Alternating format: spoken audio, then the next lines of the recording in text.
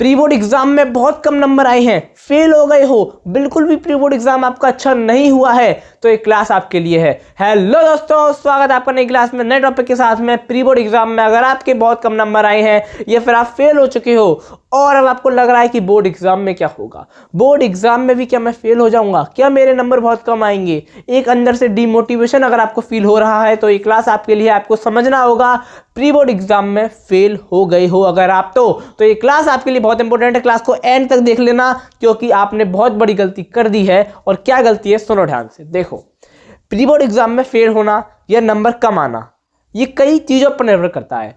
हो सकता है कि आपने पढ़ाई अच्छे से ना करी हो, मैं भी फैक्ट पर बात करूंगा कि आप बोर्ड एग्जाम में अच्छा कैसे करोगे, लेकिन उससे पहले हो सकता है कि आपने पढ़ाई अच्छे से ना करी हो, ठीक है।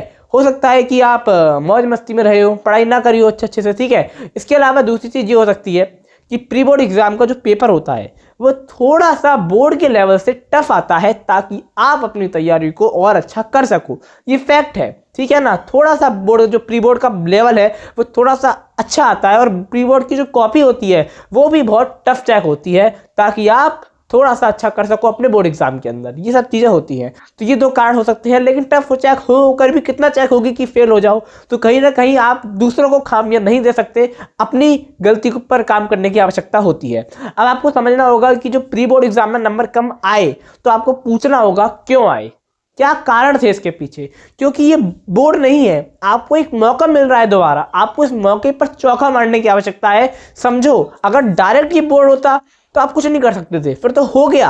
लेकिन अभी आपके पास मौका है, आप इस क्लास को देख रहे हो, आपने ये सर्च किया है, इसका मतलब आप सचेत हो, आप सतर्क हो और आप बोर्ड में अच्छा वास्तव में करना चाहते हो। तो आपको समझना होगा अगर यहाँ पर थोड़ी सी गलती हो गई है, थोड़ा सा डिसबैलेंस मामला हो गया है, तो अब बोर्ड में वो मामला डिसबैलेंस नहीं होना चाहिए। प्री बोर्ड से आपने क्या क्या सीखा इस चीज को समझो। प्री बोर्ड में जो आपने हिंदी का पेपर दिया तो वो आपका पूरा हो पाया एंड तक या निबंध छूट गया? बताओ, क्या फैक्ट है? आपके सारे पेपर कंप्लीट हो पाए या छूट जा रहे थे बीच बीच में ही? तो इसका मतलब टाइम मैनेजमेंट में गड़बड़ी है, उस पर काम करो क्योंकि अब अगला पेपर जो आपका है वो बोर्ड है। अब कोई बीच में कोई प्री बोर्ड वगैरह नहीं है, डायरेक्ट बोर्ड है अब आपका। अब डायरेक्ट आपको युद्ध में उतरना है। आपकी जो तैयारी से जो प्रैक्टिस थी वो प्री बोर्ड में आपने कर ली, जो जो खामियां थी उनको सोचने की आवश्यकता है। अब आप समझो, अब ऐसा भी नहीं है प्री बोर्ड में टॉप कर दिया तो बोर्ड में भी टॉप कर दोगे, नहीं। ज्यादा जोश में नहीं आना, उत्साह में नहीं आना, काबू में रखना है अपने आप को, ठीक है। पेशेंस रखना है, धैर्य रखना है।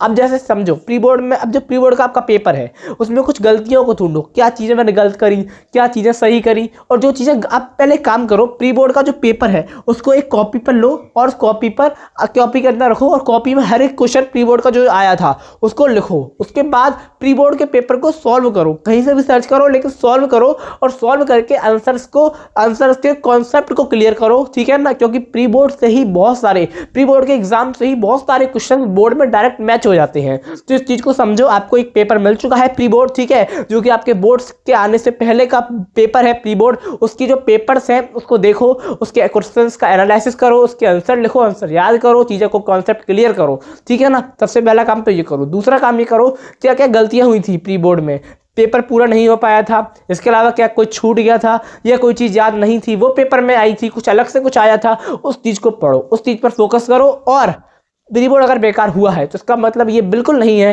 कि आपका बोर्ड का एग्जाम भी बेकार होगा, क्योंकि प्री बोर्ड में नंबर कम आते हैं, ठीक है ना। प्री बोर्ड में अक्सर नंबर कम आते हैं क्योंकि कॉपी टफ चेक होती है, ठीक है ना। और जो कॉपी टफ चेक होगी तो नंबर कम आएंगे, इसलिए टफ चेक होती है ताकि आप बोर्ड में अच्छा कर सको, ठीक है। तो आपको बिल्कुल भी घबराना नहीं है, कोई दिक्कत की बात नहीं है, बस आपको अपनी तैयारी पर फोकस करने की आवश्यकता है। हो सकता है कि आपने सारा सिलेबस ना पढ़ा हो, ये भी हो सकता है, ठीक है। प्री बोर्ड में जहाँ सारे चैप्टर आए होंगे आपने सब ना पढ़ा होगा, तो ये भी हो सकता है ना, ये भी एक फैक्ट हो सकता है। तो अपने आप को परखो, आपकी कितनी तैयारी है वो परखने की आवश्यकता है। आशा करता हूँ कि आपको समझ में आ गया होगा। प्री बोर्ड आपका एग्जाम कैसा भी हुआ हो, XYZ कैसा भी हुआ हो, लेकिन अब आपको बोर्ड एग्जाम के लिए बिल्कुल तैयारी के लिए जुट जाना है। आपने देख लिया प्री बोर्ड एग्जाम में कि मैं कितना पानी में हूँ और कितना नहीं हूँ, तो आपको अब क्या करना है, उसी चीज को मद्देनजर रखते हुए, उसी चीज पर ध्यान देते हुए अपने बोर्ड की पेपर की तैयारी को कंटिन्यू करना है। आशा करता हूं कि आपको समझ में आ गया होगा। अब मैं आपको एक और नई क्लास में नए टॉपिक के साथ में, तब तक के लिए जय हिंद, जय भारत।